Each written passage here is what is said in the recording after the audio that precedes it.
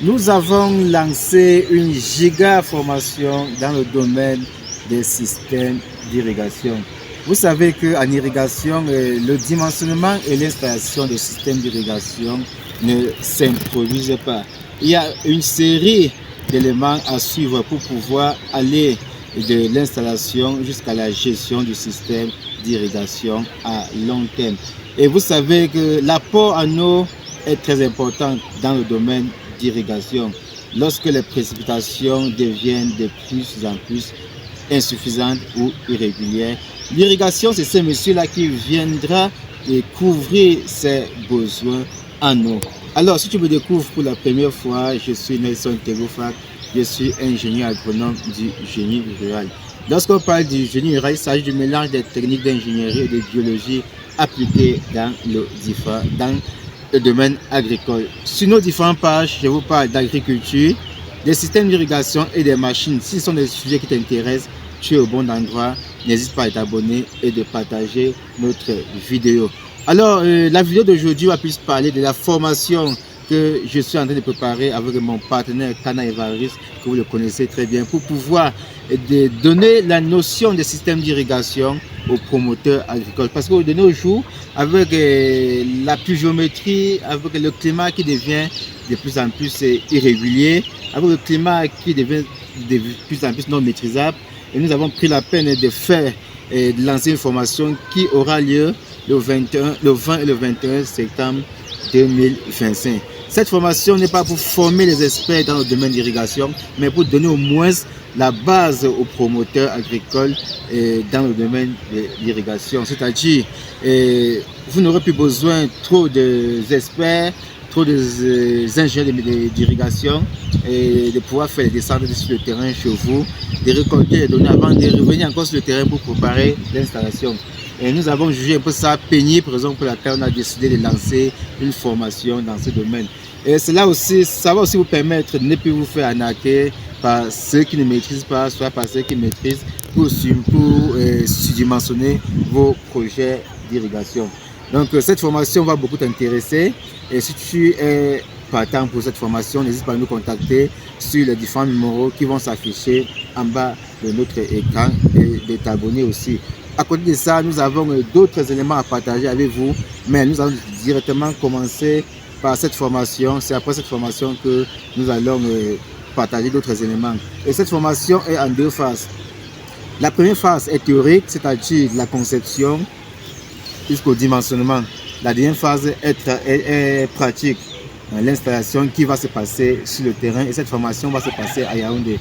Donc on a déjà réservé les bureaux et c'est maintenant le meilleur moment pour vous de réserver vos différentes places pour que nous puissions caler le nombre de personnes qui vont assister à cette formation, parce que c'est une formation qui a été technique, qui va être théorique et pratique, et il y a un certain nombre de personnes qu'il faut caler pour pouvoir faire la théorie et descendre sur le terrain, dimensionner le système d'irrigation dans la vraie vie comme vous le comprenez. Alors que cette formation va se répartir à plusieurs points. Et le premier point d'abord, c'est les caractéristiques de la parcelle. Donc ici, on va amener le promoteur à connaître sa superficie, le type de culture à installer, l'espacement, l'écartement entre les plants sur la ligne et l'écartement interplan, c'est-à-dire que entre les deux plans. Donc on va avoir la possibilité de connaître ça. À côté de ça, on va vous présenter le type d'irrigation qui correspond à un certain type de plan donné, et aussi vous donner les éléments pour pouvoir déterminer le type de sol. C'est un sol sableux, c'est un sol limoneux, c'est un sol sableux, limoneux, c'est un sol argileux. Donc vous aurez toute la possibilité de pouvoir connaître ça.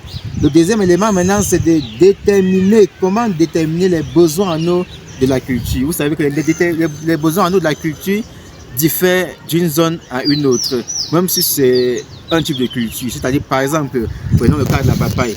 La papaye qu'on va produire dans le centre n'aura pas les mêmes besoins en eau avec la papaye qu'on va produire dans le littoral, dans la ville de Tchang, à Bafoussam, au nord, au sud, un peu de partout. Donc il faut connaître nettement les besoins en eau qu'il faut apporter. Donc cela vous permet de minimiser le matériel à utiliser. Pour ce qui est des besoins en eau, ils sont conditionnés par des précipitations de la zone, la vitesse du vent, de l'humidité du milieu, des températures moyennes, c'est-à-dire des températures max, des températures mines. Donc vous aurez la possibilité de pouvoir connaître tous ces éléments. Et pour maîtriser ces éléments, nous allons vous donner la possibilité, ou soit nous allons vous donner les idées ou les techniques, la procédure à suivre pour pouvoir télécharger, que ce soit dans le site de la NASA, ces différents éléments que nous aurons besoin pour déterminer les besoins anneaux de la culture. Après avoir déterminé les besoins anneaux de la culture, nous allons passer directement au troisième étape, au troisième élément qui est la détermination du volume d'eau total qu'il va vous falloir pour irriguer votre parcelle. Et nous allons aller sur une base d'1 hectare et pour que ceux qui ont moins d'1 hectare pourront directement faire la chose, soit ceux qui ont plus d'1 hectare pourront aussi faire la chose. Donc vous aurez la possibilité de pouvoir déterminer le volume d'eau total pour pouvoir installer votre système d'irrigation. Parce que c'est ça, c'est nécessaire pour vous de connaître la quantité d'eau qu'il va falloir vous apporter pour pouvoir irriguer. Là, ça va vous faire donner une idée sur le choix du cours d'eau qu'on va utiliser, que ce soit les forages, que ce soit les eaux de surface, que ce soit d'autres eaux que nous pouvons trouver dans la zone, que ce soit les précipitations qu'on peut recueillir pour stocker et faire. Donc le volume d'eau va vous permettre de connaître un certain nombre de choses. Après avoir défini le volume d'eau, nous allons directement définir le débit. Et le débit ici représente la quantité d'eau pour les plantes. Et ce débit va se faire en fonction des asperseurs, que ce soit si ce sont les systèmes d'irrigation par aspersion, ou soit à travers les goutteurs, si ce sont les systèmes d'irrigation goutte à goutte. À côté de ça, nous avons aussi intégré un autre système d'irrigation peu connu et nous avons essayé de travailler ça localement et on a installé, ça a marché. Donc c'est un troisième système d'irrigation qu'on va aussi intégrer. Donc le choix de ces différents éléments vont nous permettre de définir la quantité d'eau qui est le débit que nous allons apporter dans notre système. Après avoir défini le débit qu'il nous faut, nous allons maintenant passer au cinquième élément qui est le choix du réservoir. S'il faut stocker de l'eau pour faire le goutte à goutte, toujours le choix du réservoir s'il faut stocker de l'eau pour faire l'aspersion. Et là, on va maintenant intégrer les différents paramètres qui vont entrer en jeu et qui vont nous permettre d'atteindre notre objectif. Avec le cubiténaire, on va pouvoir faire un château. Et pour faire un château, on doit naturellement connaître, étant donné qu'on a fait le choix des asperseurs, le choix des goutteurs.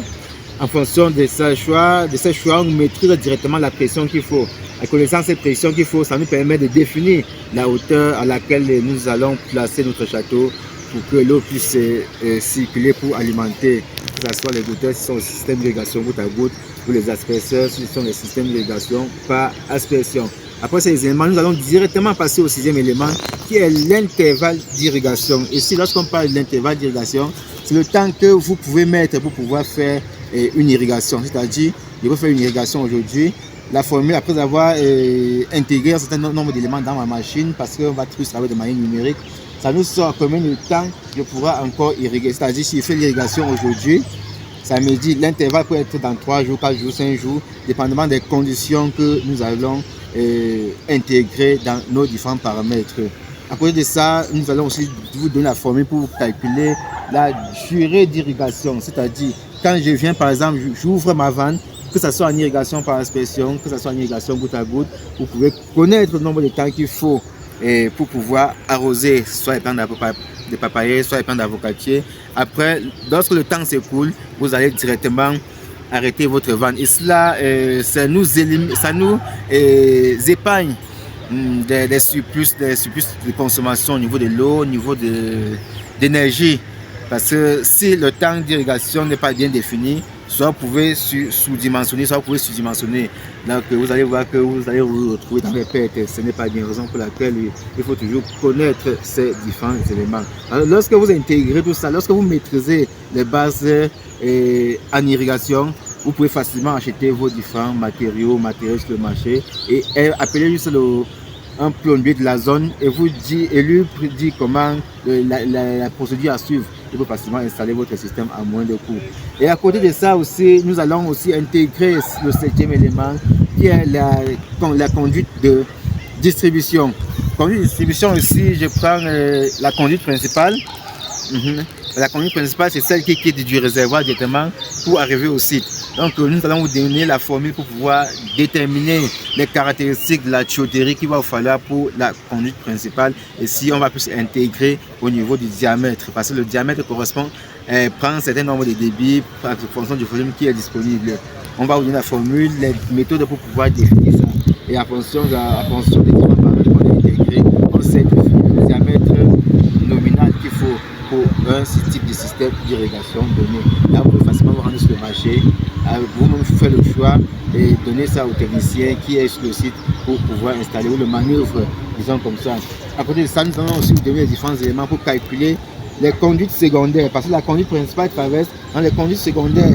C'est sur ces conduites secondaires qu'on intègre. Si ce sont des gouteurs en irrigation goutte à goutte, on va intégrer les gouteurs. S'ils sont en irrigation par aspersion, on va fixer les asperseurs. Donc ça vous permet de connaître tous ces différents éléments. Donc après avoir généralisé maintenant tout ça, vous pouvez facilement quantifier ce qu'il vous faut pour pouvoir faire votre irrigation. Si nous allons sur une base d'un hectare, si vous faites la papaye, je saurais que pour un hectare de papaye, j'aurai besoin de tel volume d'eau, j'aurai besoin de tel débit, j'aurai besoin de tel nombre de gouteurs, j'aurai besoin de tel nombre d'asperseurs, j'aurai besoin de telle quantité de tuyaux principal, j'aurai besoin de telle quantité de tuyaux secondaires, j'aurai besoin de tel réservoir, j'aurai besoin d'un cubiténaire de tel réservoir. Oui, le réservoir cubiténaire, tout ça sont les mêmes choses. J'aurai besoin d'un château de telle hauteur. Donc à la fin de cette formation, vous aurez la possibilité de pouvoir déterminer tous ces différents éléments. Et après maintenant faire cette formation théorique, nous allons directement aller sur le terrain. Et étant donné qu'on a fait le dimensionnement en salle pendant la formation ensemble, nous allons apprendre tout ce matériel, aller directement sur le terrain, faire l'installation pour vous donner la possibilité de pouvoir gérer votre système d'irrigation pour ne plus être dans les problèmes. Vous savez, le climat devient de plus en plus non maîtrisé, non maîtrisable, et il faut définir des techniques pour pouvoir gérer ce manque qui est l'eau qui nous menace beaucoup dans le domaine des systèmes d'irrigation. Donc, si tu es intéressé par cette formation, c'est le meilleur moment pour vous de nous contacter pour que nous puissions vous enregistrer et définir le nombre de places que nous aurons besoin pour pouvoir faire notre formation. Alors, chers amis, nous sommes aussi présentement dans notre site de pépinière situé dans la ville de Tchang. Et c'est dans cette pépinière que nous produisons des meilleurs plants d'avocatiers greffés. Vous savez, au Cameroun, nous avons une diversité de variétés, et cette diversité de variétés sont fonction des zones agroécologiques qu'on souhaite planter ces arbres. Et à côté des avocatiers, nous sommes en train de lancer des pépinières de safoutiers pour la campagne 2026, pépinières de manguiers, pépinières d'agrumes, pépinières de papaye, de variété Kalina, qui est actuellement la meilleure variété au monde. Donc si vous êtes intéressé par nos projets, si vous êtes intéressé par nos différents produits, c'est le meilleur moment pour vous de nous contacter. Nous sommes en train de préparer une giga formation, disons que 1 giga pépinière pour la campagne agricole 2026. Et quand vous nous contactez, ça nous donne la possibilité de choisir les variétés qui correspondent à vos différentes zones agroécologiques. Au-delà de ça, nous faisons aussi dans le domaine des machines, de la machinerie.